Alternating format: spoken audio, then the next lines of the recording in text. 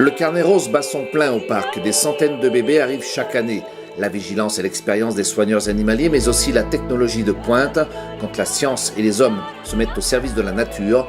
Regard en coulisses, côté nurserie.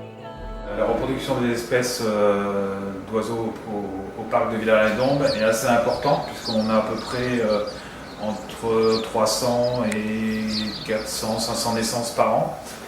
Donc on choisit quand même certaines espèces que l'on souhaite reproduire. Dans la nature, en fin de compte, si la ponte est détruite par un prédateur, suivant l'époque, les oiseaux vont faire une ponte de remplacement, une deuxième ponte.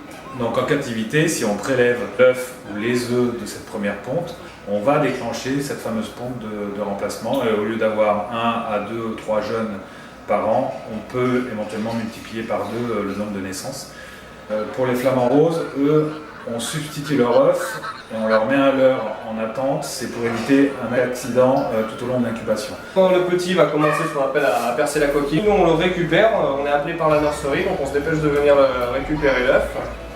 Et ensuite on le ramène sous les parents et il va éclore sous les parents, il ne va pas éclore en nurserie.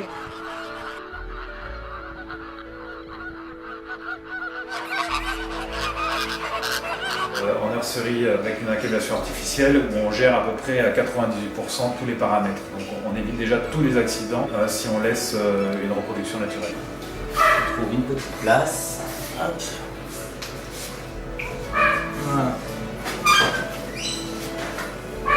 On va réussir à reproduire certaines espèces que d'autres parcs ne reproduisent presque pas. Donc par exemple les spatules roses, où ici à Villars on a une très grosse réussite. On croise les doigts et on espère cette année en effet par rapport aux coques de roche. Aujourd'hui on est le seul parc en effet à avoir des pontes.